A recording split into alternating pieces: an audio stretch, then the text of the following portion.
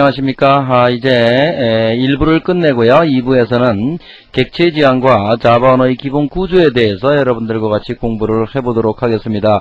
자, 우리가 앞에서 배웠던 1부에서는 자바 언어란 도대체 무엇인가, 그래서 자바 언어의 특징, 자바 플랫폼 이런 이야기들을 많이 했고요. 이 1부의 2장에서는 이제 자바 개발 환경에 대해서 설명을 했고, 또 실제 자바 애플리 프로그램과 자바 응용 프로그램을 실제 작성하고 하는 법을 JDK를 설치하는 법도 여러분들하고 같이 제가 직접 시범을 보이면서 했습니다. 자, 2부가 이 책의 핵심이라고 제가 이 책을 소개하면서 설명을 드린 적이 있습니다. 2부에서는 3장의 객체 지향의 개념에 대해서 제일 중요하다고 볼 수 있습니다. 이 장이 여러분들이 강의를 열심히 들어야 되겠습니다. 4장 5장은 자바의 기본 구조와 자바의 제어문이기 때문에 그렇게 어렵지 않아요. 특히 C 언어를 한 사람들은 굉장히 쉽다라고 보여지겠고, 저는 여러분들이 C 언어를 모른다라고 생각하고 강의를 하기 때문에 이 부분도 충실히 설명을 해보도록 하겠습니다. 자, 6장, 7장, 8장, 9장, 10장은 이제 자바 언어로 본격적으로 들어가서 자바 언어에서 이 클래스를 어떻게 쓸 것이냐 하는 부분, 상속 문제는 어떻게 자바 언어에서 표현하느냐, 인터페이스와 패키지, 그 다음에 자바 언어의 특징인 자바 언어가 강하다 그랬죠. 예외 처리를 어떻게 할 것이냐, 10장의 멀티스레드 개념, 이런 것들에 대한 설명을 해보도록 하겠습니다.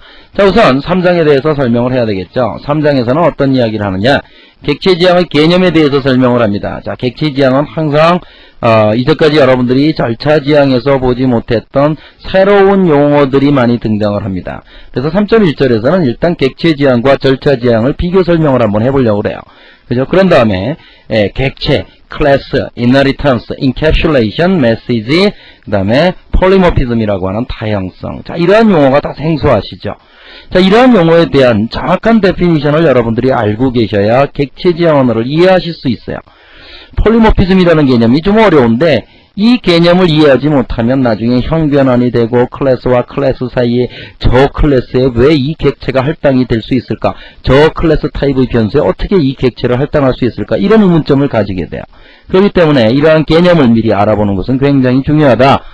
그리고 마지막 3.8절에서는 객체 지향의 개념과 자바 프로그램에 대해서 설명을 하려고 합니다. 아직 자바 프로그램을 본격적으로 배우지도 않고 배우진 않았지만 일단 객체 지향에 이런 개념이 있다는데 이게 실제 자바 언어에서 어떻게 표현되는지 아는 것이, 그 감을 잡는 것이 중요하기 때문에 8절에서는 그러한 내용을 가지고 같이 공부를 해보려고 하고 있습니다. 자, 첫 번째 시간으로 오늘은 이번 시간에는 객체 지향과 절차 지향에 관한 이야기를 하려고 합니다. 객체 지향과 절차 지향. 일단 그러면 객체 지향이 어떻게 해서 나오게 됐느냐 하는 것을 알게 돼야 되죠. 자, 객체 지향 전에 이미 절차 지향이라고 하는 언어가 있었습니다. 절차 지향에 해당되는 언어들. 자, 우리가 알고 있는 C나 포츄란이나 팔이나, 그죠? 그 다음에 코볼이나 또는 베이직이나 이런 언어들, 과거의 언어들인데 이런 언어들은 전부 다 절차 지향 언어라고 할 수 있습니다. 그럼 왜 객체 지향 언어가 나왔느냐? 여기서 딱 눈에 띄는 단어가 있는데 재사용과 독립성이라는 말이에요. 그죠? 소프트웨어 모듈의 재사용과 독립성을 강조하기 위해서 이런 문제들 때문에 객체 지향이 등장하게 됐다는 것이죠. 그러면 도대체 재사용이라는 말은 뭐고 독립성이라는 말은 무엇이냐? 자, 일단 우리가 우리 주변에 있는 여러 가지를 살펴보죠. 하드웨어 같은 걸 한번 살펴보세요. 자, 자동차를 하나 만듭니다. 자동차를 새로 만들어요. 새로 현대자동차에서 디자인을 한다면 껍데기도 새로 만들어야 되겠고요. 엔진도 설계. 엔진을 한번 보죠. 엔진을 설계를 합니다. 다른 차와는 달라야 되겠죠. 그런데 엔진에 들어가는 부품은 수천 가지가 들어가겠죠. 부품을 하나씩 따지면. 그러면 이 수천 가지의 모든 부품들이 과연 다 새로 디자인이 되겠느냐 하는 것이죠. 그렇지 않겠죠. 우리 일반적으로 생각을 해봐도 현대자동차에는 미리 만들어놨던 그랜저 엔진 부품, 엑셀 부품, 엑센트 부품, 소나타 부품 등등이 있을 거라고요. 이러한 부품들이 새로운 차를 디자인하는데 굉장히 많이 사용이 될 것이다. 그러면 부품의 입장에서 한번 생각을 해보세요. 어떤 볼트가 하나 있다. 간단하게 볼트도 부품이니까 볼트가 이렇게 생긴 게 있다. 이 부품은 엑셀에도 들어가고 그랜저도 들어가고 소나타에도 들어갈 수 있어요. 그럼 부품의 입장에서 보면 이것은 스펙이 똑같죠. 하나죠. 하나인데도 불구하고 여기저기에 재사용이 됐다라는 개념이죠. 자, 하드웨어 쪽은 이런 게 굉장히 많습니다.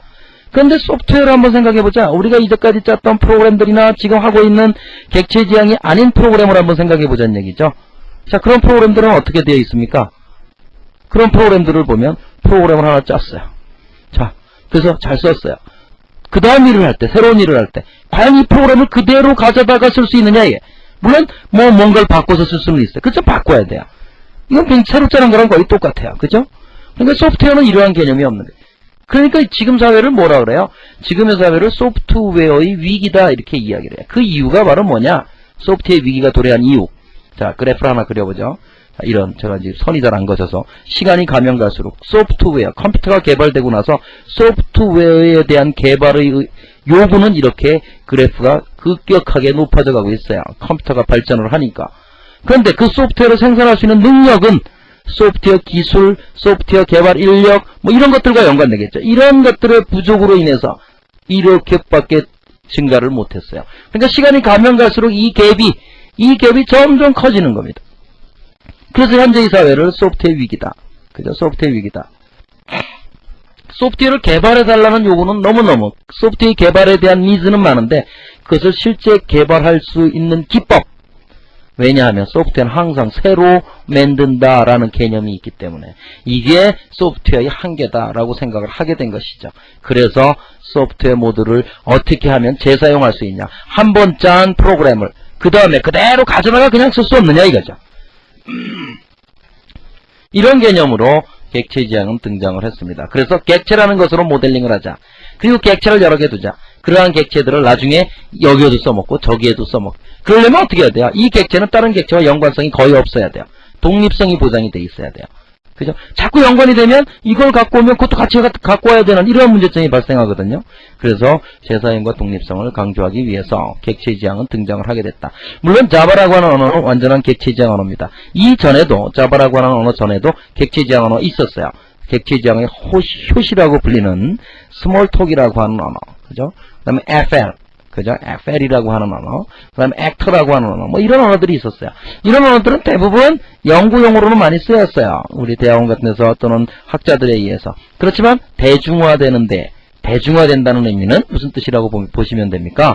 대중화된다는 의미는 일반 소프트웨어 개발 필드에서 많이 쓰인다. 소프트웨어 개발에. 이렇게 되기는 실패한 언어들이라고 보여져요. 자, 자바라고 하는 언어는 최초로 대중화된 객체지향 언어다. 이렇게 제가 앞에서 정의한 적이 있습니다. 하여튼 객체지향은 이러한 배경에 의해서 객체지향이 등장을 했다. 그럼 이제 객체란 도대체 무엇이냐? 이것도 한번 우리가 생각해 봐야 되지 않느냐. 객체. 이제까지 객체지향에서 객체 얘기를 굉장히 많이 했는데 객체를 정의해보자. 자, 객체를 어떻게 정의할 수 있습니까? 객체는 효율적인 정보 관리를 위하여 의미를 부여하고 분류하는 개념적인, 논리적인, 개념적이고 논리적인 단위가 바로 객체다 이거죠. 자, 객체라고 한다는 것은 크기가 정해져 있는 게 아니다 이거죠. 뭐 20K가 객체 하나의 크기가 20K로 해야 된다. 이런 논리는 허용되지 않는 것이죠. 어떻게 하면 효율적으로 정보를 관리할 수 있냐. 이것의 필요에 의해서 내가 객체를 뭐 40K로 하든 200K로 하든 10K로 하든 즉 독립성이 보장되는 범위의 크기를 가지게 돼요. 이제 조금 더 있으면 이제 객체라는 의미를 좀 더 정확하게 알 수 있을 텐데 하여튼 여기에서 정의하기는 효율적인 정보 관리를 위하여 의미를 부여하고 분류하는 개념적인 단위다. 이렇게 설명을 하고 싶습니다. 자, 46페이지에 보시면 이제 객체가 어떠한 일을 해야 되는, 어떠한 일을 할 수 있는지 그 개념에 대해서 제가 한 가지고 예를 들어가지고 설명을 해놨습니다. 그것을 꼭 읽어보세요. 그죠? 아들에게 심부름을 시키는 이야기를 제가 써놨는데 그 부분을 꼭 읽어보시기 바라고. 자, 그러면 일단 객체지향과 절차지향에 대한 얘기를 하는 시간이니까 일단 객체지향과 절차지향에 대한 이야기를 하죠. 객체지향 대 절차지향. 그러면 절차지향은 도대체 뭐냐? 데이터 구조와 그 데이터를 변화시키는 알고리즘으로 구성되어 있어요. 데이터 구조와 그 데이터를 변화시키는 알고리즘. 자, 그림으로 한번 볼까요? 자, 이게 바로 절차지향이에요. 절차지향. 절차지향 프로그래밍이 전형적인 자, 절차지향 프로그램에 함수들이 쭉 있어요. 그죠? 함수들이 있고, 가운데에 공유 데이터가 있어요. 만약에 이 공유 데이터의 포맷이 변한다면, 어떻게 되겠습니까? 그 공유 데이터 포맷이 변했으니까, 공유 데이터를 다루는 함수들이 다 바뀌어야 돼요. 그죠? 굉장히 커다란 문제를 발생시킵니다. 그죠? 그리고 이러한 함수들이 얘한테 의존적이기 때문에 다른 곳에 쓸 수가 없어요. 그죠? 이러한 문제점이 있는 겁니다. 절차지향에서는. 그래서 제가 어떻게 표시를 했어요? 절차지향은 절차 지향은 어떻게 표시했습니까? 데이터 구조와 그 데이터를 변화시키는 알고리즘이다. 그러면 객체 지향은 뭐냐 이거죠. 객체 지향은 객체들로 독립되어 있어요. 그래서 독립된 객체들이 메시지를 통해서 통신을 해요. 다른 걸로는 통신할 방법이 없어요. 그죠? 그래서 원하는 결과를 얻는 것입니다. 그래서 각각의 객체는 고유의 데이터와 그 데이터를 처리할 수 있는 메소드로 구성되는 것이 바로 객체 지향이에요. 자, 그림으로 보면 이게 객체 지향이라는 얘기죠. 자, 이러한 객체 A, 객체 B, 객체 C가 이렇게 독립되어서 있어요. 각각의 객체는 지 데이터는 지가 가지고 있어요. 지 메소드 지가 가지고 있고, 그죠? 그러고 나서 프로그램은 어떻게 써요? 이 세 개의 객체가 필요한 거예요.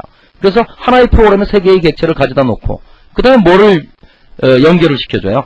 요 객체와 요 객체 사이 관계를 이렇게 메시지로 정의하면 됩니다.